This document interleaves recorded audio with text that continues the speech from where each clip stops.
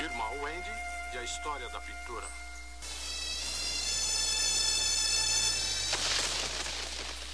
Turner pertencia ao movimento romântico que estava se espalhando pela Europa rapidamente. Os românticos celebravam as forças poderosas da natureza. Quanto mais selvagem, melhor.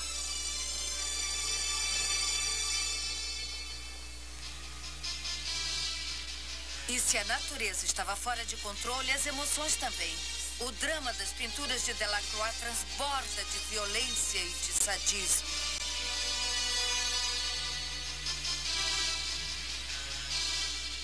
A vida devia ser vivida no limite ou além dele. E na sua busca pelo extremo, Géricault visitou um hospício, pintando uma mulher com o vício do jogo. Os olhos vermelhos dela incapazes de ver além de imaginários jogos de azar. Géricault encarnava o ideal romântico. Ele viveu com a intensidade de um cometa e se apagou como tal, morrendo jovem após cair de um dos cavalos que ele adorava pintar.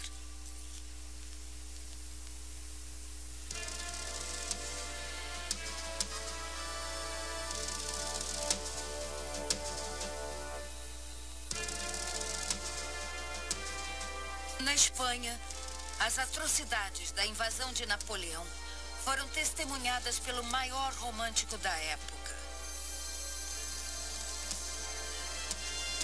A compreensão de Goya do sofrimento humano torna a visão dele a mais profunda de qualquer romântico. Vindo de uma família pobre, ele conseguiu penetrar no sistema da corte para se tornar o pintor da condenada família real espanhola.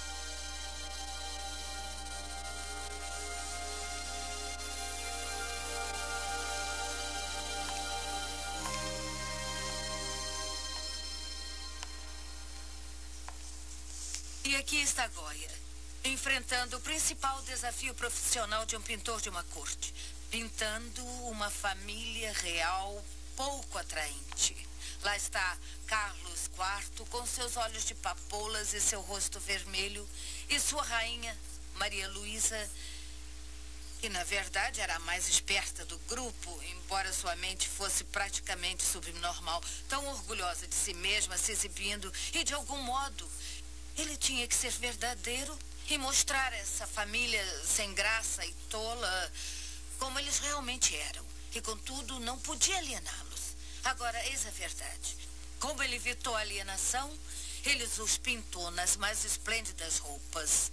Nunca houve nada mais sedutor, mais brilhante, mais cintilante do que aquelas gases, aqueles cetins, aquelas sedas, veludos, diamantes. Eles parecem tão bonitos, mas podemos dizer que do pescoço para baixo. E porque eles eram pessoas muito tolas e eles não sabiam muito bem como era o rosto deles e provavelmente pensavam que eram bonitos, eles adoraram a pintura. Nenhum deles viu que ela, como estava, os mostrava como idiotas que eram. Mas também os mostrava como pessoas vestidas de forma esplêndida e dramática. Bom, porque ele era Goya e ele tinha que mostrar alguma coisa, ele os cercou de lagoas de sombras nas quais eles se amontoavam juntos, patéticos. Um triste pequeno grupo de pessoas muito mal preparadas para lidar com a vida.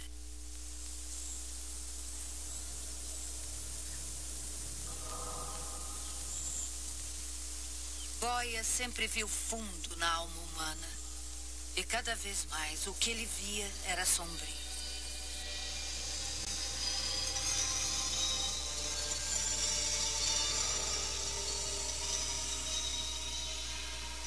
Velho, surdo e doente, ele recuou para dentro de si mesmo e pintou suas famosas pinturas negras. Agora elas estão no museu.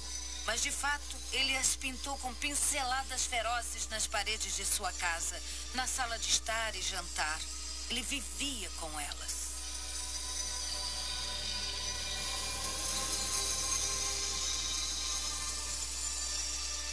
Você pode ver pelo duelo com Porretos que as pinturas negras não são necessariamente pretas, mas elas vêm de uma escuridão do espírito.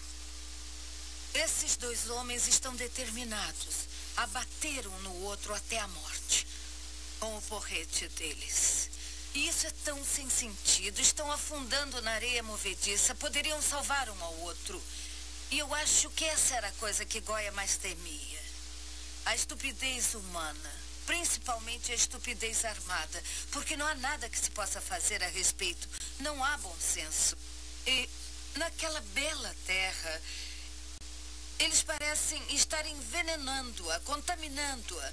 As nuvens estão escuras. E aquele pequeno morro lá tem camadas vermelhas sinistras, igual ao sangue que escorre do rosto de um homem. E aquele verde na parte inferior parece uma coisa suja, pus. E eu acho que além do medo da estupidez humana, havia alguma coisa que assombrava Goya. Está muito claro nessa triste pintura do cachorro. Ele está enterrado na areia, está olhando para o cume e está totalmente apavorado.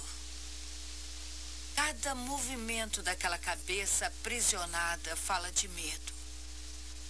Ele está num esplendor de luz. E aquele esplendor está começando a ficar espesso, a assumir uma forma estranha, misteriosa e inexplicável, que é ameaçadora. E eu acho que era isso que Goya sentia, que não há uma saída. Estamos presos lá. Não há escapatória. Até a luz pode se tornar uma ameaça, pode se tornar escuridão. Espero que pintando essas obras sombrias, ele tenha exorcizado a imaginação, se distanciado delas. O que eu não suporto pensar é que elas apenas o aproximaram do desespero dele.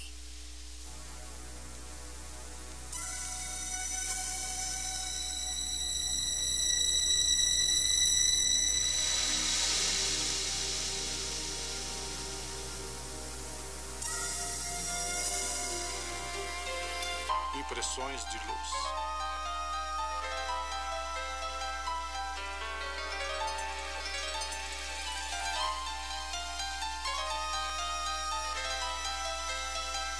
Todos adoram os impressionistas. Estamos familiarizados com eles, nós os entendemos.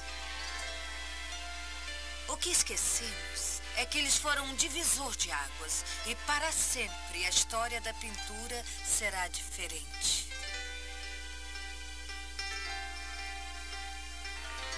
Paris, 1870. Quando o impressionismo começou, ele causou uma espécie de revolução de arte em Paris. Mas diferente de revoltas políticas, essa revolução foi deflagrada acidentalmente por um homem que queria simplesmente pintar o mundo como ele o via.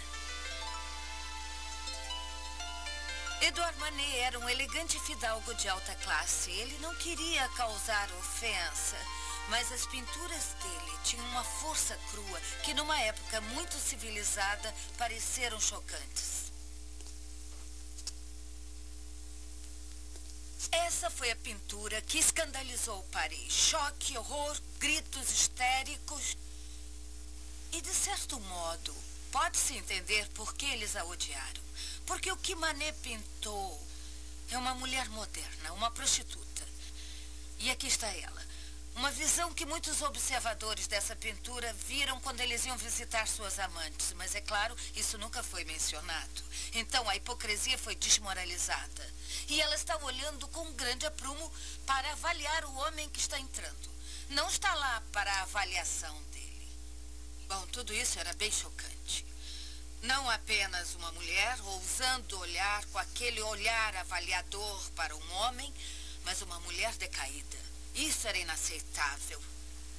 Agora, quem tiver uma compaixão imaginativa pode entender isso. Mas o que me frustra é porque eles não viram como ela era bonita. Aquele belo corpinho. Eles a chamaram de prostituta franzina. e aquela mão firme, agarrada à coxa, compararam a um sapo medonho. E por que eles não viram o patético? Acho que tudo estava resumido naquele gatinho que você pode ver observando lá no meio da escuridão. Tão zangado, não percebendo que está impotente. Um chute, um pontapé, adeus, gatinho. Essa é a verdade sobre Olímpia. Ela está no comando, ela é tão segura de si. E ela é tão vulnerável. Manet viu tudo isso. E acho que os parisienses também viram. Mas eles não queriam ver.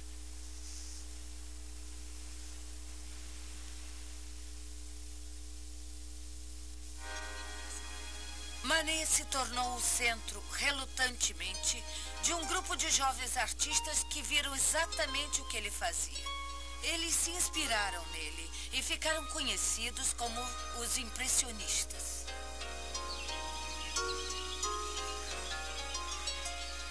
Eles começaram a pintar ao ar livre. Novas invenções, como cavaletes portáteis e bisnagas de tinta misturada, significavam que eles podiam abandonar o ateliê pelo ar livre. Eles queriam captar o momento único, uma abordagem instantânea.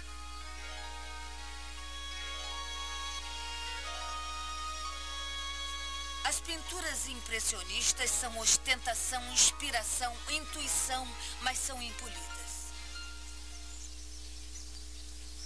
Visualmente, você pode ver por que Monet e companhia eram chamados de impressionistas, porque isso é uma impressão, com todo aquele vermelho e aquele tipo de brilho vago acima. Mas, tecnicamente, é porque Monet costumava dar títulos longos e complicados às pinturas. E seus amigos sugeriram que ele encurtasse um pouco os títulos, então, não querendo chamar isso de visão do porto com barco partindo e mastros vistos ao longe, ele a chamou de impressões ao nascer do sol. E aí os críticos aproveitaram e falaram mal.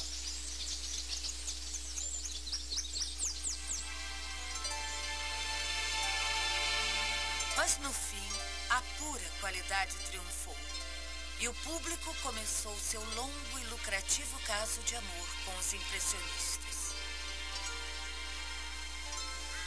Claude Monet, o jovem revolucionário, se tornou rico, famoso e respeitável.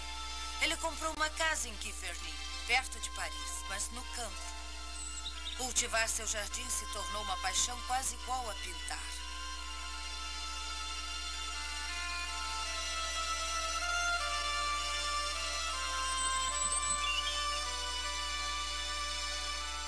Diziam de Monet que ele era só um olho. Ah, disse Cézanne, mas que olho!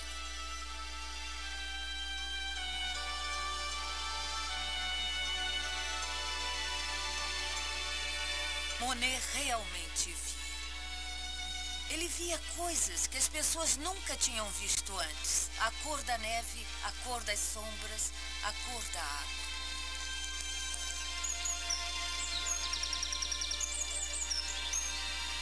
Ele estava decidido a captar cada mudança tremeluzente da luz, cada momento fugaz, e isso nunca foi mais estimulantemente mostrado do que na sua última grande série, As Nenúfares. Orangerie, Paris.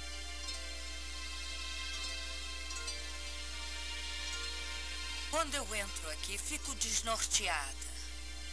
É muito grande, eu não a compreendo. O que significa, é claro, que não posso controlá-la. E eu sinto que não estou olhando para ela, mas olhando dentro dela.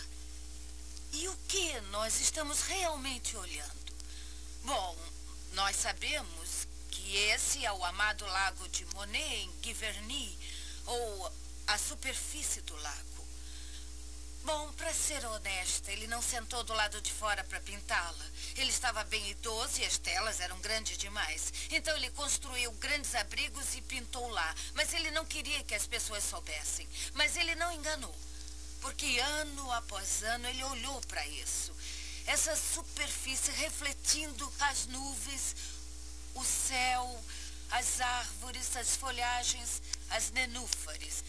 Sinceramente, é muito estimulante ver isso. Já faz muito tempo que eu não nado. Mas quando estou aqui, eu sinto que estou nadando pelo azul brilhante, olhando para cima, ou flutuando na beleza azul, olhando para baixo e em liberdade. Eu posso entender porque as pessoas vêm aqui só para ficarem em silêncio, se sentindo livres, se sentindo em paz.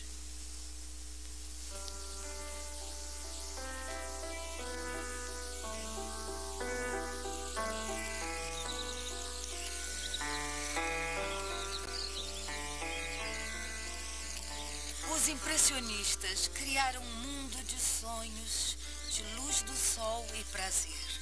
Aqui estava a vida real, mas somente na sua forma mais bela e encantadora.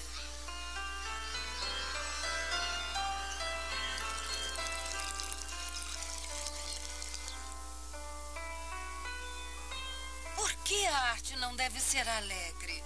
Posso imaginar Renoir fazendo essa pergunta.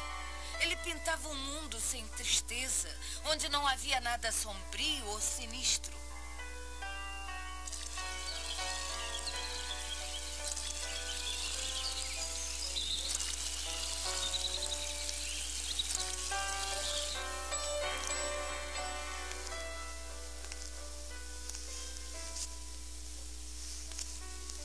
Receio que eu seja uma das pessoas infortunadas que não apreciam muito Renoir.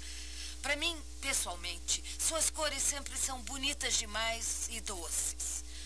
Contudo, eu desafio qualquer um a não se empolgar com o almoço do grupo no barco. Ele reuniu um grupo de amigos, eles estão no Rio, eles tiveram um almoço maravilhoso, veja a bela toalha de mesa no meio, e eles estão relaxando. É uma celebração do divertimento. Lá do lado de fora você pode ver a mancha da paisagem ensolarada, mas ele os reuniu embaixo de um toldo para enfatizar que são um grupo. E você pode captar alguns relacionamentos. Esse rapaz está muito interessado na garota à sua frente, mas ela está interessada em outro que olha apaixonado para uma linda garota que brinca com o seu cão. E aqui nós temos uma indicação de algo mais profundo, porque aquela linda garota era a Aline, a quem Renoir amava. E logo depois dele ter pintado esse quadro, ele a pediu em casamento. Ela estava com 19 anos, mas tinha a sabedoria de uma garota do campo. E embora o amasse, disse a ele para ir embora e pensar mais a respeito. E isso foi 10 anos antes deles realmente se casarem. E essa pintura mostra exatamente por que ela sabia que ele não estava preparado. É uma pintura sobre a vida de solteiro, sem compromissos, sem responsabilidades, só capaz de se divertir quando bem quisesse. Ele era um homem jovial, bem feliz e afortunado. Renoir sabia apreciar as mulheres. E isso agradava intensamente a ele, a vida em grupo. Mas ele também amava a Aline e queria mesmo casar com ela e estava dividido entre as duas. E é essa tensão que torna isso, até para mim, um Renoir muito atraente.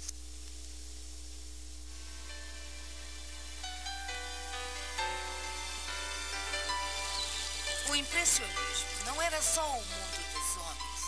E as mulheres não estavam lá apenas para serem pintadas. Agora, pela primeira vez, as artistas mulheres começaram a deixar suas marcas. Essa é Berthe Morisot, uma das 3 filhas de classe alta, cuja mãe resolvera que elas deviam ter aulas de pintura. E acredite se quiser, a caçula acabou sendo uma das grandes pintoras do século XIX.